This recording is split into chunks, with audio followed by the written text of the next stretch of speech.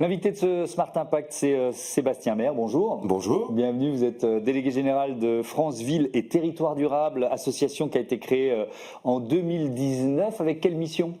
Avec la mission de repérer et de rediffuser le plus largement possible des méthodes, des outils et des solutions qui fonctionnent pour accélérer la transition écologique énergétique des territoires et en même temps les faire monter en résilience. Et quand je parle de territoire, je parle d'un territoire avec tout ce qu'il contient, c'est-à-dire aussi bien les habitants que les collectivités et les entreprises et le tissu économique.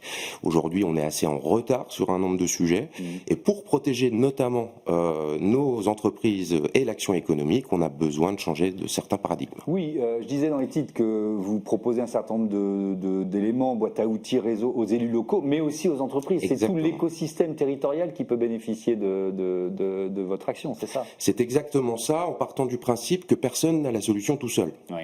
Et que dans la mise en œuvre des actions nécessaires, il faut le faire ensemble et qu'on a besoin de renforcer en amont les réflexions, le partage de vision entre ces différents acteurs publics et privés pour qu'ils se mettent d'accord. Mais est-ce que c'est si facile de les faire dialoguer ? J'imagine que maintenant, en 6 ans, vous avez pas mal d'expérience, mais au départ, c'est parfois des langages un peu différents, des états d'esprit un peu différents. Ça a fait partie des obstacles qu'il a fallu contourner ?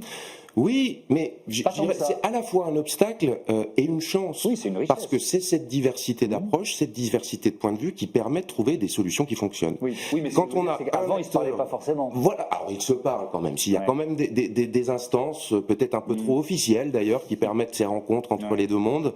Nous, on est beaucoup sur la logique territoriale, c'est-à-dire sur un territoire donné.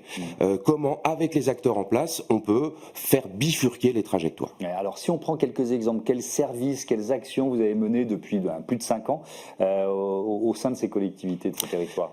Eh bien, nous organisons, par exemple, j'étais encore hier à l'Isle-sur-la-Sorgue avec des maires, des élus et des entreprises de 6 départements où nous montrons qu'il est possible de faire autrement, en faisant intervenir des acteurs publics et privés qui ont déjà fait.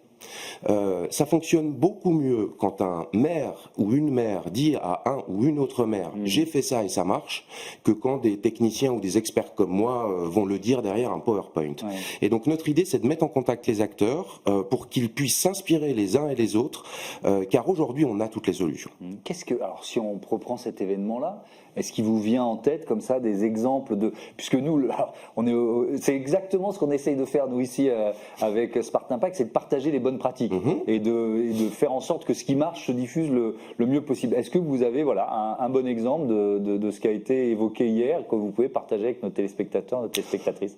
Par exemple, il y a quelque chose qui se développe beaucoup aujourd'hui, c'est dans le domaine de l'adaptation des villes, c'est-à-dire comment on prépare nos villes à supporter des canicules à 50 degrés pendant un mois. Elles sont pas du tout prêtes. Ça va arriver vite, plus vite que ce qui était prédit jusqu'ici.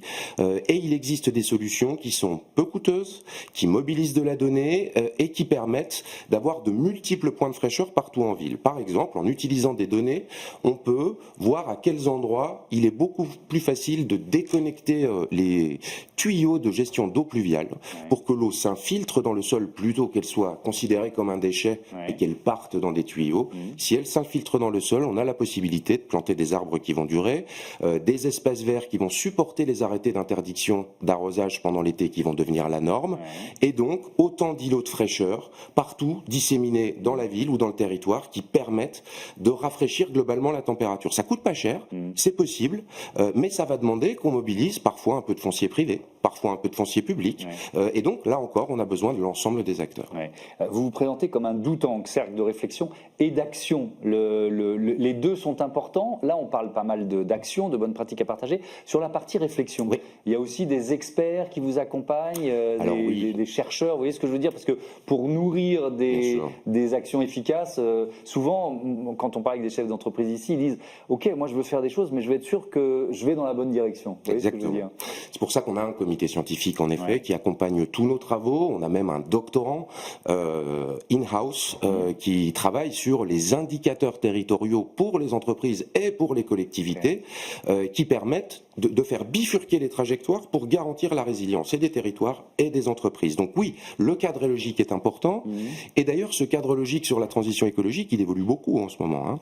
Le développement durable a du plomb dans l'aile, par exemple, parce qu'il est un peu considéré comme un oxymore.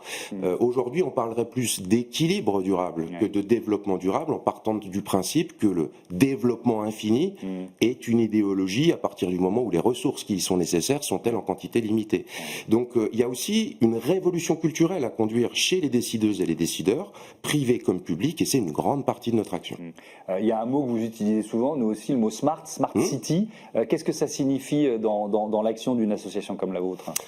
Ben, ça a beaucoup évolué, c'est-à-dire qu'effectivement, au début, à sa création, l'association était très tournée vers les logiques de smart city technologiques, et à l'instar de toute la société, on en est sorti, puisque la smart city, telle qu'elle avait été pensée il y a 10-15 ans, a montré que ça ne fonctionnait pas, que ça finissait par coûter plus cher, et en coût de fonctionnement pour les collectivités, et en impact environnementaux, puisqu'aujourd'hui, l'explosion de l'utilisation du numérique est en train de mettre par terre les 20 ans d'efforts qu'on a réalisés sur les transports, sur l'isolation des logements, etc. En quelques années, on perd tout le gain et les efforts qui ont été faits en 20 ans parce qu'on explose le numérique sans discernement. Ouais. Et donc, ça veut dire que c'est une façon différente de rendre les villes intelligentes et résilientes ? Tout à fait, parce que la donnée, elle est utile. On a besoin d'outils technologiques pour, par exemple, mieux décider. C'est-à-dire les outils d'aide à la décision. Aujourd'hui, des outils numériques nous permettent, avec les jumeaux numériques par exemple, certains de nos adhérents les proposent, de mieux anticiper les impacts de telle ou telle solution avant la décision. Parce qu'aujourd'hui, les enjeux sont tels que l'évaluation ex ante, c'est-à-dire avant de réaliser les actions, est bien plus importante que celle d'après, parce que, à vrai dire, aujourd'hui, réaliser dans 15 ans qu'on s'est trompé ne nous servira pas à grand-chose. Est-ce que les assureurs sont vos partenaires ? Parce qu'il y a des débats de plus en plus importants avec des assureurs qui commencent à moins assurer les villes ou à mettre des primes tellement chères que finalement les élus disent non, on peut plus s'assurer. Et à côté de ça, il y a aussi des outils développés par les assurances pour anticiper les crises, pour mieux les traiter. Donc comment vous travaillez avec les grandes assurances ? J'aimerais beaucoup travailler davantage avec les assureurs, notamment parce que, comme vous venez très justement de le dire, leurs données sont extrêmement fiables et bien plus pointues que celles qui sont utilisées par les acteurs publics quand ils font un plan local d'urbanisme, par exemple. Aujourd'hui, un assureur, il sait prédire à la parcelle cadastrale le risque d'inondation par ruissellement, le retrait-gonflement d'argile, etc., à la parcelle. Alors que les élus raisonnent encore, ou les services des collectivités à l'échelle des quartiers, des grands quartiers dans leur zonage. À terme, les deux maisons, l'une à côté de l'autre, risque de ne pas être assurée de la même manière ou à la même prime, parce qu'une va être beaucoup plus sujette, par exemple, à l'inondation par ruissellement, qui est en train d'exploser aujourd'hui et qui n'est pas prise en compte par la réglementation nationale des risques. La réglementation nationale des risques, elle tient compte de l'inondation par débordement, mais pas par ruissellement. Et aujourd'hui, tous les dégâts dans les entreprises, dans les collectivités, c'est le ruissellement, beaucoup plus que le débordement. Les assureurs ont les données. Donc vous leur lancez en quelque sorte un appel ? On aimerait beaucoup travailler davantage avec les assureurs, on le fait déjà, notamment dans cet intérêt commun qu'on a à convaincre les élus locaux qu'il est possible de faire autrement et de mieux protéger les biens et les personnes face au monde qui vient. Il y a plusieurs piliers, la sobriété, la résilience, l'inclusion, la créativité avec lesquels vous travaillez. Je voudrais qu'on parle de l'inclusion. Je discutais récemment avec Marie-Amélie Le Fur, la présidente du comité paralympique et sportif français. C'est vrai que les Jeux olympiques paralympiques de Paris, ça a permis d'avancer dans pas mal de domaines. Mais il y a un petit côté parenthèse enchantée et il y a encore beaucoup de travail à faire sur l'accessibilité, notamment dans les villes. Et donc, est-ce que c'est un domaine sur lequel vous travaillez particulièrement, celui-là ? Alors on y travaille aussi, mais c'est vrai qu'on a une vision large de l'inclusion, c'est-à-dire c'est pas seulement les personnes en situation de handicap, ça peut être aussi de l'inclusion sociale, culturelle, économique, numérique, exactement. Bien sûr, les questions d'accessibilité transport, par exemple, au transport en commun, pour les personnes en situation de handicap, sont loin d'avoir trouvé toutes leurs réponses. Néanmoins, là encore, des développements de nouvelles mobilités qui sont faites par des entreprises françaises, qu'on appelle les véhicules légers et intermédiaires. Certains peuvent tout à fait permettre le transport de personnes en situation de handicap. Ça coûtera beaucoup moins cher que de mettre aux normes des stations de métro. Donc peut-être que vu la raréfaction des crédits publics et privés qui seront disponibles pour ces actions, on a intérêt à être plus smart et à réfléchir autrement qu'on ne l'a fait au XXe siècle. Merci beaucoup Sébastien Maire et à bientôt sur Be Smart for Change. On passe à notre débat, comment décarboner le secteur de l'édition.